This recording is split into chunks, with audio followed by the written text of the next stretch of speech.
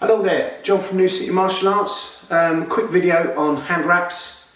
They're really important. They protect your hands and your wrist from when you're whacking the pads and sparring and stuff.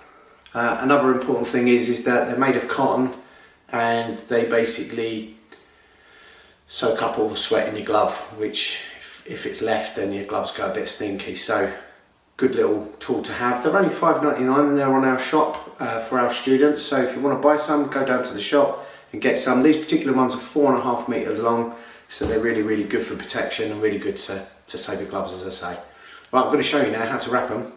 So once you've unravelled it, you'll get an end like this with a loop. Now this is the starting point. I want you to put that bit over your thumb and then basically wrap, got to stop saying basically, wrap that round a couple of times until you've got a good firm feeling around your wrist. Right, next thing you're going to do is from this position here, going into your palm, over the top of your knuckle, and pull that round, wrap it again another time, same thing again for the next knuckle, and then the last knuckle, which is your little finger, down the back there, that's it, and then twist it round.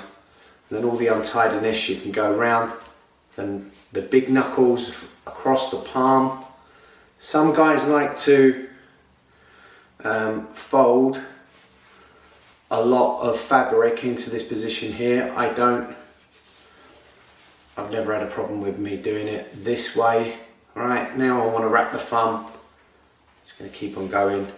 So with the thumb, I'm going to come across like this, and then I'm going to do it the opposite way, and that will protect my thumb from jutting out too much.